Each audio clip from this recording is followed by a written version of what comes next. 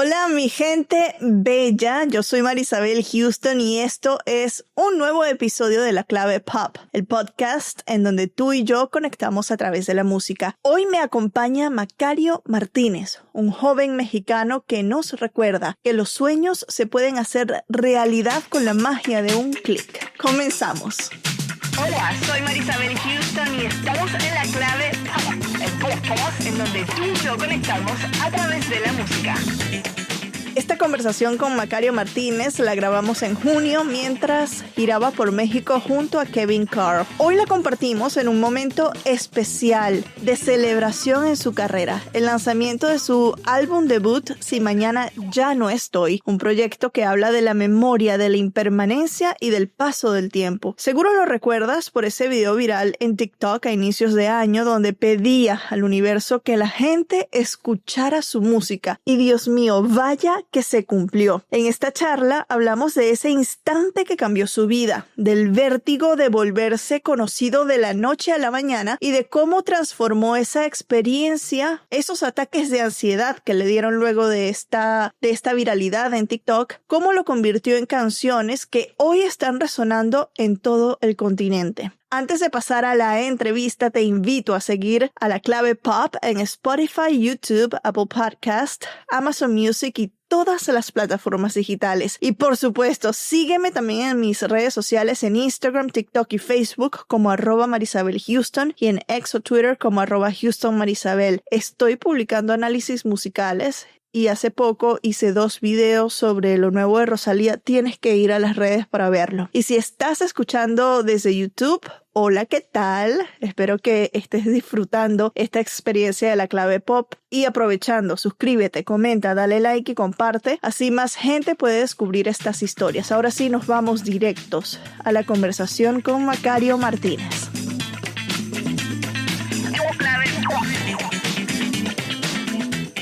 Macario, bienvenido a La Clave Pop, es un placer tenerte acá. Finalmente tenía meses que quería conversar contigo para obviamente descubrir un poco más de tu carrera. Muchos de nosotros te conocimos por ese video viral que pusiste en TikTok, pero hay mucha historia detrás de esta música. Llevas años en la música precisamente y estoy encantada de que hoy estés aquí en el podcast. ¿Cómo estás? Estoy muy feliz, muy emocionado de estar aquí en el podcast y muy feliz de platicar de la música. Siempre me hace muy feliz de volver a rememorar cómo ha sido todo este proceso y estos cambios en la vida y en el transcurso de esta pequeñita nueva carrera.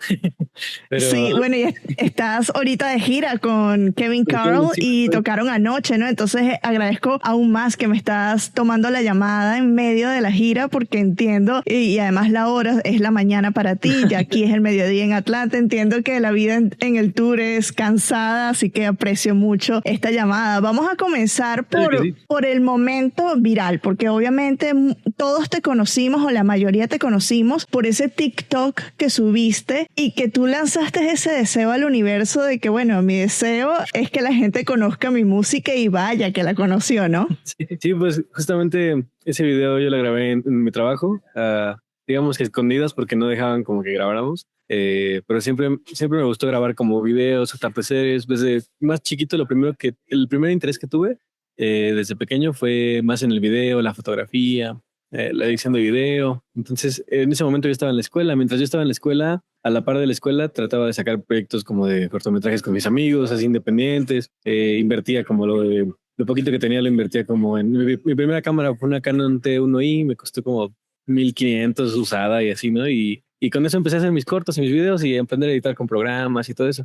Entonces con el tiempo me gustó a empezar a hacer fotografía y siempre quise hacer fotografía de conciertos. Entonces me empecé a colar como en conciertos y tomaba fotos de artistas que me gustaban, de bandas pequeñitas, me hacía como amigo, les hacía fotos, me daban trabajo a veces. Y justo hubo una banda de un amigo que es doctor y justo veía ese fue la primera vez que me encontré con ese balance, ¿no? De personas que tienen un trabajo, pero que su sueño es la música o es otra cosa, ¿no? Es muy común eso. Justo y mantienen como su música por medio de estos, pues los trabajos que tienen, ¿no?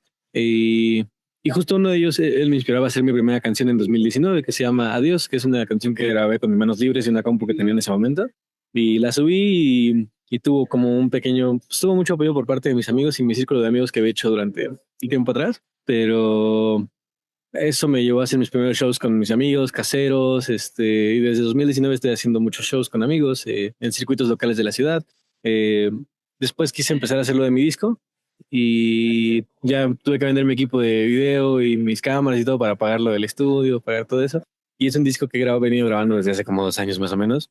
Y justamente el primer material de estudio que tengo, que es el estudio de mi amigo Emma, que me ha apoyado mucho y me aguantó mucho tiempo porque no tenía tanto dinero para como pagarle, pero él creía firmemente en el proyecto. Entonces, actualmente también es mi tecladista en la banda y todo eso.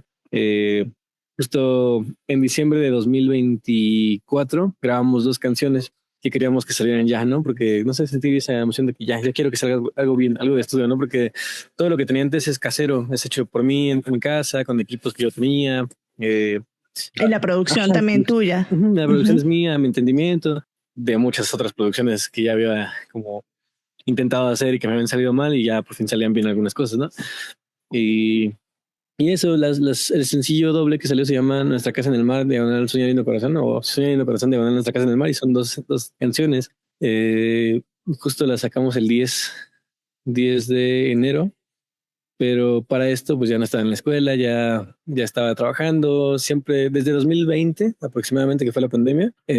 Tuve que empezar a buscar varios trabajos o pasar de trabajo en trabajo. Estuve en cadenas de comida, estuve en un comedor de policías también, estuve en jardinería en el Poli 3 años, que fue el trabajo en el que más duré, que me gustaba muchísimo, pero lo dejé justamente para querer estudiar en ese momento quise estudiar teatro también. Siempre me ha gustado las artes, siempre he querido hacer un montón de cosas. Entonces, como no me dejaban en ese trabajo faltar para hacer mis exámenes, pues lo tuve que dejar. Renunciaste, Sí, claro. y luego no me quedé en la escuela y dije, ¿ahora qué hago? Y afortunadamente encontré el trabajo en el sistema de limpieza. Estuve aproximadamente un año ahí y pues desde siempre, justo como a todos lados a donde iba a grabar cosas, grabar atardeceres, y justo un día me dio esa curiosidad como de grabarme a mí mismo en el camión, en ese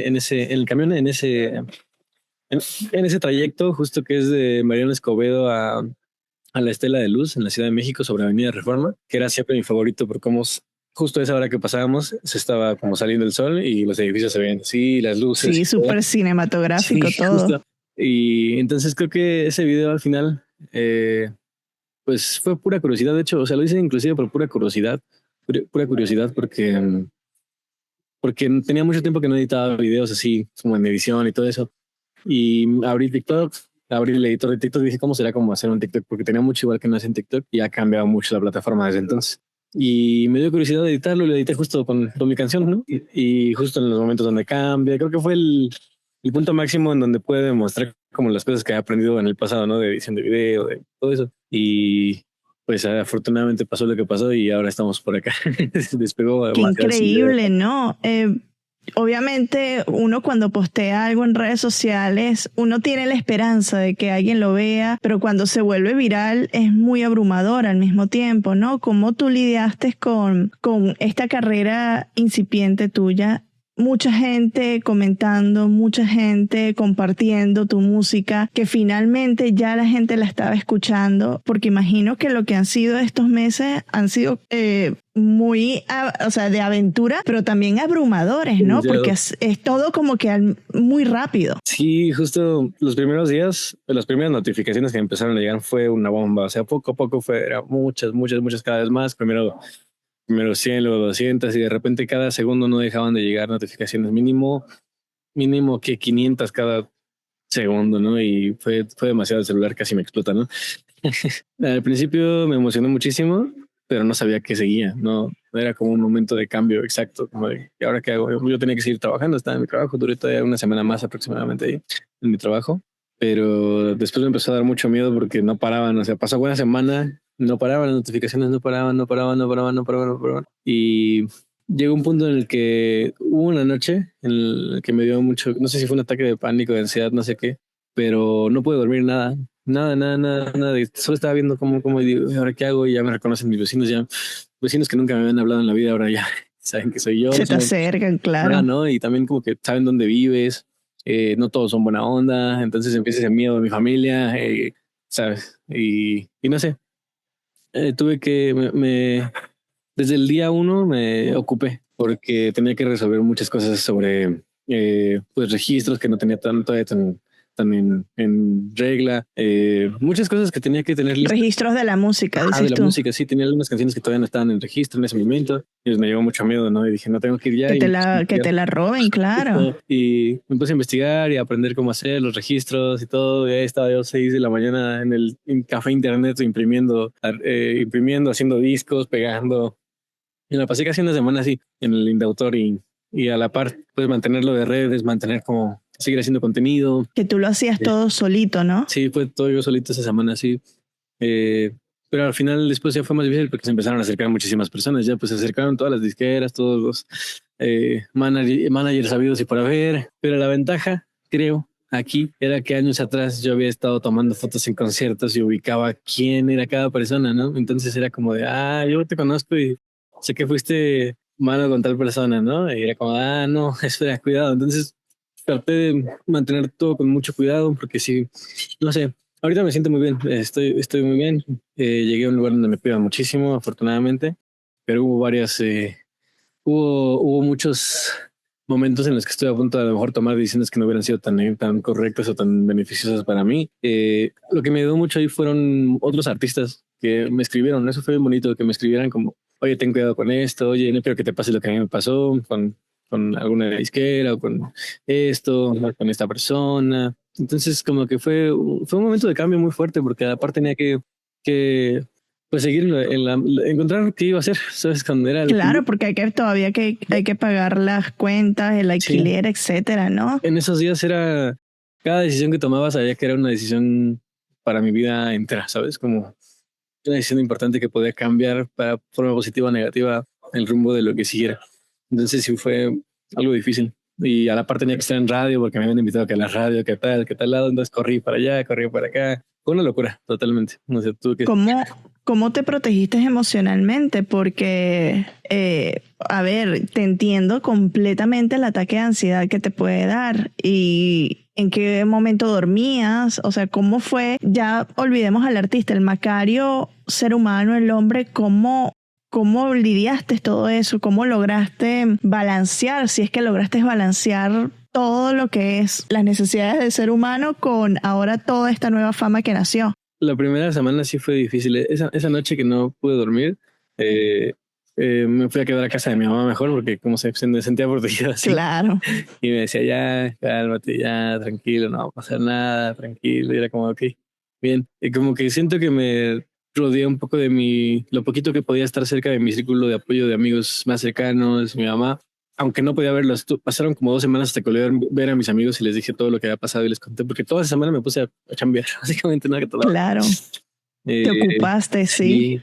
Sí, pero sí fue difícil, sí era mucho miedo, pero también mucha emoción, muy bonito por todo lo que estaba pasando, de que me reconocían en la calle. No me la quería, realmente no te la querías, es como de, no sé, fue muy bonito, es algo que recuerdo con mucho cariño también. Siento que no me protegí tanto emocionalmente, pero siento que aguanté. Y de ahí van a salir buenas canciones, sí, quizás.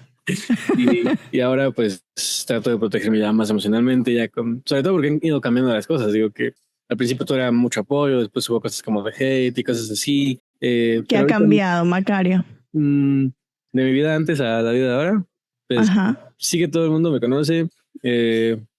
La cuestión de que ahora trabajo 100% en esto y me siento muy feliz de eso y es una responsabilidad muy grande también porque cualquier cosita a veces te puede hacer sentir como menos o más o que a lo mejor ahorita no es tanto como al inicio o que a lo mejor sientes bueno, yo como joven a veces me siento así como que no soy lo suficiente para algunas cosas, ¿no? Entonces si el mundo a veces te hace ver eso. Síndrome del impostor. Sí, eso. Y a veces el mundo también te quiere hacer ver cosas, te quiere tirar y esas cosas, entonces es complejo. He tratado de mantenerme como muy cercano a mi círculo de apoyo de mis amigos, a mi novia, a mi mamá, mi equipo que me cuida muchísimo y me he enfocado en que ahora lo que ha cambiado es que ya puedo hacer la música que quiero, con el equipo que quiero, ya puedo traer a mis amigos a los estudios que siempre quisimos ir, experimentar por fin como lo que siempre quisimos experimentar. Creo que ahorita estoy enfocado 100% ahorita está lo de las fechas, estamos con Kevin abriendo los shows de México y en octubre viene una pequeña gira por Estados Unidos. Vas a venir a Atlanta, entonces nos vamos a ver acá porque vienes con Pablo. Al Oye Fest con Pablo, sí. Sí. Y también vamos a ir por Europa, 4 ciudades. Y luego volvemos a cerrar en el lunario del Auditorio Nacional de la Ciudad de México. No sé, como que esta se ha dividido en dos partes, como que las personas que solo me conocen por la canción que se hizo viral y que piensan que nada más es eso, pero solo es lo que escuchan, es lo que consumen y lo que procesan y entienden o creen. Y los que sí tomaron el tiempo de ir directamente a mi música, que les gusta cómo es el proyecto, que saben de qué va. Y es bonito, como es interesante vivir entre los dos mundos. Como, claro. Y precisamente esta conversación quiero que sea para las personas que nada más se quedaron con el TikTok, para que conozcan a el Macario que ya venía, como dijiste, haciendo música desde el 2019. Quiero ir un poquito más atrás. En tu niñez, ¿cómo fue crecer en tu casa? Porque todos los latinos crecimos con música. ¿Cuál fue tu primer acercamiento musical? ¿Algún artista en específico que en tu casa se escuchaba y que por ahí te picó la curiosidad en esta faceta del arte? Sí, bueno, en casa se escuchaba muchísimo regional. Solo mi mamá escuchaba regional mexicano y en grabadoras, se ve grabadoras en ese momento, lo que pues, ponían en televisión abierta. YouTube todavía no teníamos acceso como a internet en ese momento, pero yo escuchaba muchísimo una serie chilena que se llama 31 Minutos, que la pasaban en el canal 11 y tenía una sección musical como armada, era con titres, pero armada en su sección musical. Y eran canciones bastante buenas y bien producidas, muy, muy cool. Y desde ahí empecé como ese acercamiento. A la par, los 25 de febrero les traían mariachi a mi abuelita. Y ahí me empezó a interesar muchísimo los instrumentos como las guitarras. Luego mi mamá me llevó a clases de guitarra a una casa de cultura que estaba cerca de ahí. Y ahí me enseñaban otras canciones que aprendí. Ese maestro me enseñó algunas canciones. ¿Qué edad era eso? Me parece que era Cerati. No, pero ¿qué edad tenías cuando aprendiste a tocar guitarra? Tenía como 7, 8 años cuando fui. Estabas pequeño, sí. Y de ahí no solté jamás la guitarra. Hubo una temporada en que ya estaba más interesado en la foto, pero no soltaba la guitarra. La dejé un año más o menos, pero volví. Pero siempre estuvo presente como la música en casa. Si no era por escuchar otras cosas, era porque yo estaba haciendo ruido todo el día con la guitarra y intentando sacar canciones, covers. Lo que se escuchaba, ¿sabes qué era? Eran boleros. Ahora que me acuerdo bien, eran boleros porque mi abuelita tenía un radio, todavía AM, y escuchábamos una estación que se llama El Fonógrafo y escuchábamos muchísimos boleros y creo que música de antaño, vamos a decir. Sí, era lo que escuchaba. Creo que desde chiquito se me quedó en cabeza muchas canciones así. Y sí, ya hasta que crecí ya como a los 13, 14, 15. De hecho, o sea, mi gusto musical actual lo empecé a desarrollar hasta que tenía como 16, 17 años. Sí, tardé muchísimo en encontrar como una banda que me gustara y eso fue por música de películas. Me gusta mucho la música de películas y conocí por una película que se llama La vida secreta de Walter Mitty a todos los que hacían el soundtrack. Ahí conocí a David Bowie, conocí a José González, que hizo todo el soundtrack, que es un músico que me influencia muchísimo. Es un guitarrista sueco, cantante sueco que me influencia muchísimo. ¿Qué más? A Bahamas. Y también hay otra película que se llama Más extraño que la ficción, que es con Will Ferrell. Y todo el soundtrack, hay una banda que se llama California, otra banda que se llama Spoon, que los escucho muchísimo. Ya después fui creciendo y escuchando más canciones y actualmente me inspira mucho pues Silvana Estrada, El Lado Negro, Natalia Lafourcade, Julieta Venegas, y también bandas como Porter, Zoé también, muchísimo. Sí, creo que ya como a los 16 empecé a escuchar más música y a encontrar tratar de encontrar mi estilo. Tu sonido. Mi sonido, sí. Recuerdo igual a las referencias que tengo. Escucho mucho eso, escucho mucho Damien Rice, me gusta mucho el folk y el guapango también porque escuchaba como sonidos tradicionales desde igual de chico. Una temporada que estuve en Veracruz con mi papá. El son jarocho estuvo muy presente. Entonces como que siempre estuvieron esos ritmos ahí mezclados en mi cabeza. Me gusta mucho Aurora. De hecho, si fue un artista que me inspiró como a hacer algo, a ponerme las pilas, sí fue Aurora, me parece.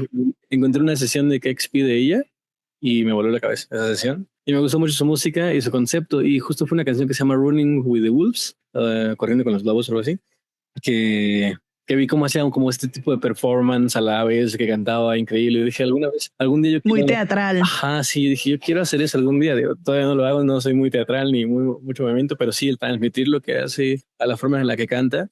Sí, recuerdo mucho eso, que me inspiró muchísimo a dar un paso en hacer mis canciones también, en encontrar un concepto también y ir viendo como lo que a mí me gustaba y que me gustaría que se percibieran de mí o cómo me percibieran. Entonces, sí, justo, sí creo que fue Aurora uno de los principales. ¿En qué momento empezaste a escribir tus primeras canciones? Porque claro, en el 2019 que tenías que 18, habías cumplido recién los 18, empiezas a hacer la música, pero ¿a qué edad? ¿Entre los 16 y los 18 escribiste tus primeras canciones? Sí, creo que fue entre los 17 y 18, las primeras. La primera se llama Adiós y fue la que subí. Sí, la que comentaste. Ajá. Está ahí, es una portada blanca, es la primerita. Salió en 2019, pero sí la escribí, me fui a mi cama y empecé a buscar acordes que me gustaran y como que casi ya había entrenado un poco el oído de tantas canciones que escuchaba o intentaba sacar. Sabía que las canciones tenían unos 4 o 5 acordes y cerraban perfectamente. Se notaba que cerraban y volvían, cerraban y volvían. Entonces traté de seguir esa como regla. Círculos armónicos, sí. Un círculo armónico que cerrara y que volviera, que no hubiera una nota o un acorde que se sintiera de más, ¿no? Esa fue como mi primera como fórmula. Y para la letra, sí traté como de rimar un poco, de pensar en lo que estaba pasando en ese momento, que me había despedido de algunos amigos de la vocacional porque ya debía demasiadas materias ahí y ya no podía continuar ahí. Entonces hice la prepa abierta mejor, pero dejé de ver a mis amigos, que era lo que me gustaba realmente, de ir allá, de ver a mis amigos, pasarla bien. Entonces hice esa canción, Adiós, como para hacer, como hacía las despedidas, así. Y al final quedó la canción y sentía que al final de la canción le faltaba algo, como que se acababa y faltaba algo más, no sé. Y entonces volví a este ritmo que ya había escuchado desde muy pequeño, que era como el guapango, los rasgueos. Y justo en esa temporada me había dado cuenta que podía hacer falsetes como en las canciones de Cielo Rojo o el Pastor. Y dije, ok, vamos a intentar algo. Y justo ahí hice mi primer falsete y mi primer como guapango en una canción. Y me gustó mucho el estilo y desde ahí como que fue creciendo y entre otras cosas que escucho se fue combinando y hasta lo que actualmente es el proyecto. Es interesante, o sea que todo lo que has aprendido, excepto la guitarra que sí tomaste clases, todo ha sido autodidacta, o sea, la música está en ti desde que naciste prácticamente, porque sacar melodías, saber componer, nadie te enseñó, o sea, tú fuiste nada más escuchando y como que imitando, ¿no? Y encontrando tu propio camino. Sé que tú defines tu sonido como guapango folk rock. No hay nadie más haciendo algo así, ¿no? En México eres el primero. Es que justo era que no sabíamos en qué género poner como nuestro proyecto. Cuando yo tenía hacía conciertos como con mi banda, nos colamos o nos metimos en una escena local que era de más como punk. Entonces tuvimos que meterle más rock, más distorsión a las guitarras para poder mantener como al público entretenido, ¿no? Porque éramos muy acústicos, muy... Entonces, cuando nos decían, oye, ¿qué género es? Ok, yo decía como en broma, le metía todos los géneros posibles que pudieran entrar. Lo de guapango, folk rock, alternativo, con un poquito de punk también. Punk, o noise, les decía un montón de cosas, ¿no? Pero justo una vez busqué definirlo bien, era como, ok, sí, guapango, folk rock emocional, porque trato de conectar muchísimo con las emociones y con las palabras que digo, que sean como directas, cortas, concisas y directas y que peguen como emocionalmente. Y así se quedó. Entonces, ahora que pasó todo esto, me preguntaron, oye, ¿qué género? Y dije, voy a volver a decir eso, ¿no? A los inicios, sí. Voy a defender ese concepto, sí. Y aquí seguimos. Bueno, ya vemos que después de Adiós sacaste 18 de abril, después un pequeño EP Cuando Fuimos Felices. Ahí ya después llega Sueña Lindo Corazón, Nuestra Casa en el Mar, Si Te Mentí, y la primera gran colaboración que entiendo haces, que salió ya este año, que es con Pablo Pablo, Ojos de Ajonjolí. Así es. ¿Cómo llegó Pablo Pablo a ti? Obviamente, imagino que vio tu TikTok y sí. Entonces ahí se interesó, pero ¿cómo fue esa conexión? Porque sí, ok, Pablo Pablo, quizás la gente no lo ubica mucho, pero es un joven que también ha estado detrás de la composición de muchos temas, de la producción también. Ahorita está dándose a conocer con su proyecto artístico, ya él como artista, y obviamente tiene un linaje familiar que ya después la gente vaya y descúbralo. Pero ¿cómo llegó Pablo Pablo a ti? Pablo, justo ahora que estaba trabajando donde estoy, se presentó la oportunidad de que, bueno, él sabía de mí. Sí, no me escribió como tal directamente, pero sí a mi equipo les escribieron y estaba ese interés como de que nos juntáramos, ¿no? Y y me emocionó mucho cuando sucedió porque yo sí escucho mucho a Pablo Pablo y soy fan y no sé, me sentí muy nervioso el primer día cuando nos íbamos como a ver, rentaron un estudio por la Roma y, y nos vimos y fue muy lindo, fue una sinergia muy bonita desde que llegamos, como que vamos a conocer, era conocer a una persona y saber que debíamos o que de preferencia sí hacer una canción ese día, ¿no? Y yo nunca había hecho algo desde cero con alguien, ¿no? Y fue bonito, fue como, lo percibo como hacer germinar una semilla, por así lo percibo. Eh, Llegamos, le presenté una idea, no sabíamos cómo empezar, ¿no? Solo platicamos de nosotros, de cómo estábamos, de nuestros gustos, de lo que escuchábamos, de lo que estábamos haciendo, practicamos o nos enseñamos algunas canciones que tenemos ahí guardadas, que no han salido, y vimos que estaban como en una línea muy similar, y justo le presenté como una nota, una melodía, el tararara, tararara, y le gustó y él me dio una respuesta y fue eso, fue como platicar con la música, ¿no? Hasta que tuvimos ya una base de ritmo y empezamos a jugar con la letra. Estábamos tomando demasiado té, nos estaban dando mucho té. Yo estaba como un poco más de la garganta en ese momento. Y le dije, si ponemos algo en la letra, como no sé, algo que cierre la frase, que no tenga que ver con lo que estamos hablando, como de té de, al principio se iba a llamar té de naranja, así porque estábamos tomando té de naranja, ¿no? Luego recordé como los ojos de mi novia, a veces, a veces se pone triste, a veces llora y se hacen chiquititos. Y Como de ajonjolí, dices tú. justo, y queríamos una frase como algo muy lindo, algo así. Y recordé como que los ajonjolís, recordé como que rimaba un poco, rimaba con lo que estábamos haciendo en la letra. Y esa como apología a los ojitos chiquitos. Y aparte de que ya hay muchas canciones con ojos grandes y tus ojos grandes y brillantes, era como que no, también hay belleza cuando nuestros ojos se ponen chiquitos cuando lloramos, ¿no? Después de llorar O cuando estamos muy alegres y sonreímos también. Sí. Entonces, justo el Ojos de Ajonjolí fue eso y nos gustó mucho cómo quedó el resultado. Creo que es algo muy folk, algo muy canción, cantautores y es bien bonito. Él quería regresar un poco a ese concepto, ¿no? Que tuvo más presente al principio de su carrera, me parece que era más guitarra y voz. Y fue bonito y fue muy mágico hacer esa canción. Y es una canción que quiero mucho. Y bueno, ahí estamos. Y la cantaremos por todos lados próximamente. Claro, y aquí en Estados Unidos la van a cantar y vamos a ver los dos proyectos y qué lindo gozar de estas dos carreras en ciudades como Atlanta, ¿no? Después vino ese tema que hiciste inspirado en The Last of Us. ¿Ya tú eras fan del videojuego? ¿Cómo nació esa canción? Mi primera... Porque es que yo la vi publicada en el YouTube de HBO también, sí, ¿no? Sí, justo. Ajá. Mi primo era muy fan de The Last of Us. Yo no lo había jugado el videojuego. Pero sí soy mucho de poner atención como a las cosas y a los... Pero la serie está brutal. Sí, justo la serie sí la vi y sí fue muy, muy fuerte. Y cuando se acercaron a mí, querían como que hiciera un jingle para promocionar la segunda temporada. Pero me habían dicho pero incluye en tu jingle algo relacionado a tu canción Sueña Lindo. Yo dije, yo siempre he querido hacer música de películas, música para series. Dije, yo les puedo ofrecer algo, una canción diferente, les puedo ofrecer y me puse a investigar bien, a tratar de ponerme en los zapatos de los personajes, ver como qué estaba pasando ahí.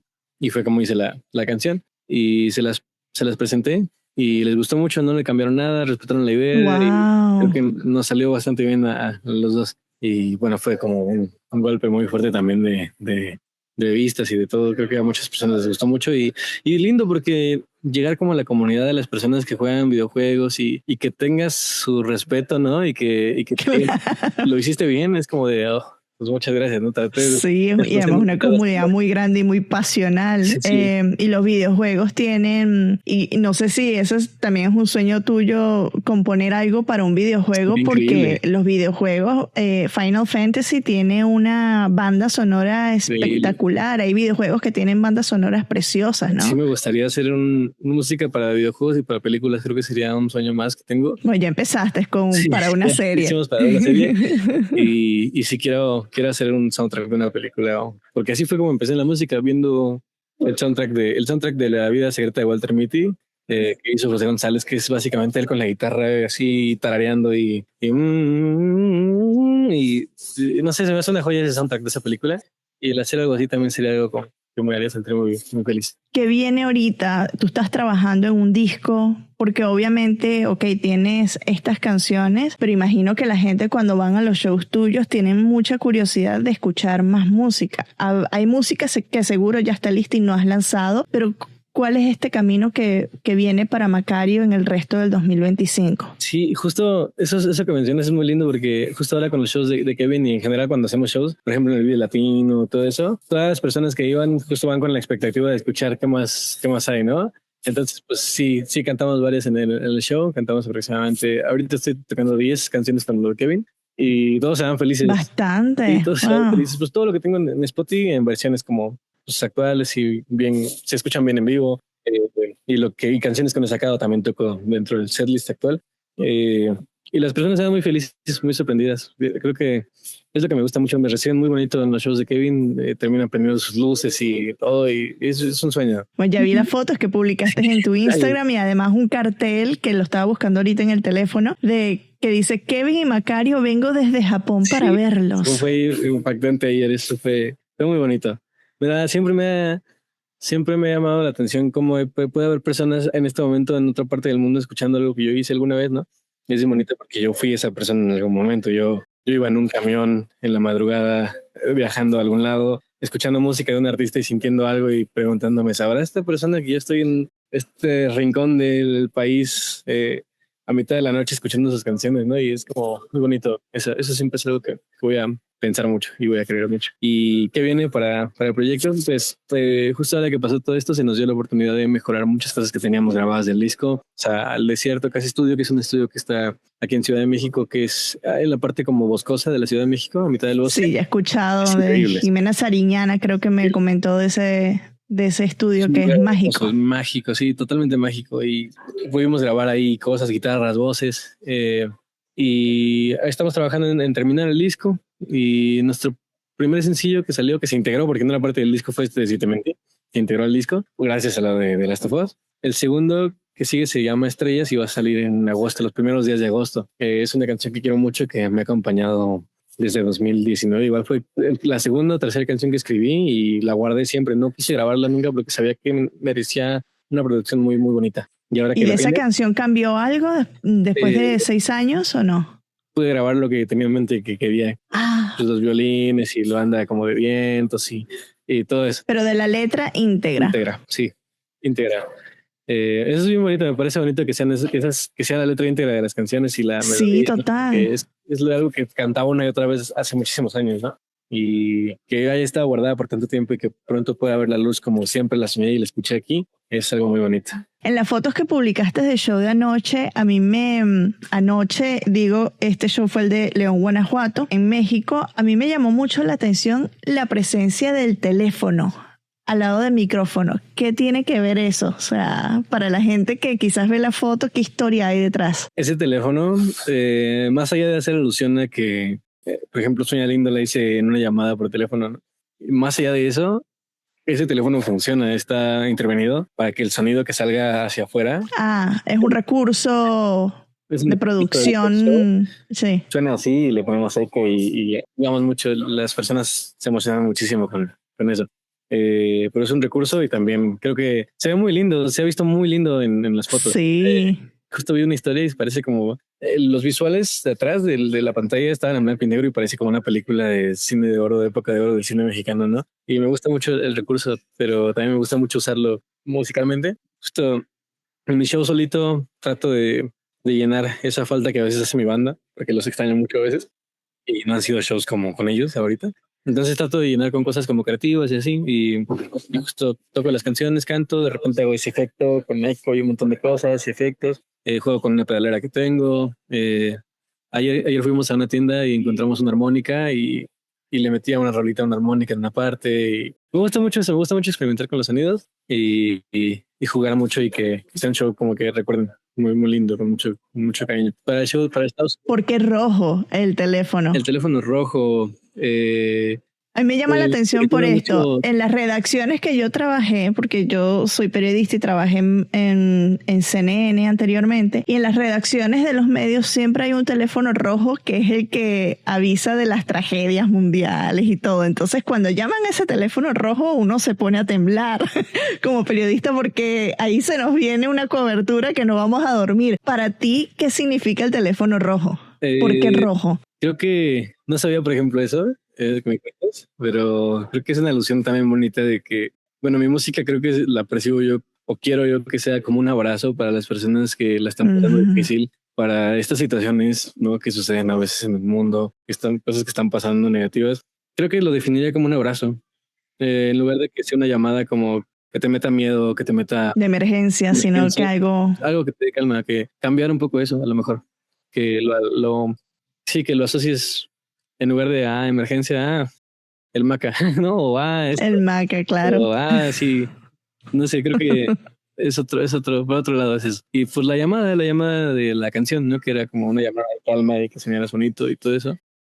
Sí trato de transmitir eso y de compartir ese mensaje, como de tranquilidad, calma y que todo va a estar cool. Macario, si regresamos a esa noche que grabaste sobre la Avenida Reforma, este video de TikTok, ¿hay algo que hicieses diferente? Yo creo que no haría nada. Todo lo hicieses igual. Sí, todo tuvo que ver de alguna forma para que estemos hablando aquí ahorita. No cambiaría nada del mundo eso.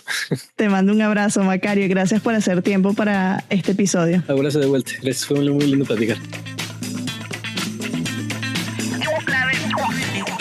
Esta tarde en la que hablé con Macario Martínez fue tan especial. Escucharlo, narrar ese proceso de cómo cambió su vida aquel video y de todo lo que vino después es un recordatorio de lo que es para ti Te Encuentra. En el momento indicado. Siempre es en el momento indicado. Hoy, ese mismo chico que grabó una canción en un camión de limpieza rumbo a la Estela de Luz acaba de lanzar su álbum debut, Si Mañana Ya No Estoy. Un viaje emocional sobre la memoria, la impermanencia y el amor. Es un disco donde el mar es el hilo conductor y donde cada canción es una carta abierta al paso del tiempo. Un disco lleno de vulnerabilidad y con la emoción a flor de piel. Además, Macario acaba de presentarse en el Tiny Desk de NPR. Una actuación que al momento de grabar este episodio va en rápido camino a superar el 1.000.000 de reproducciones. No me quiero imaginar lo que fue para Macario ese momento. El Macario de enero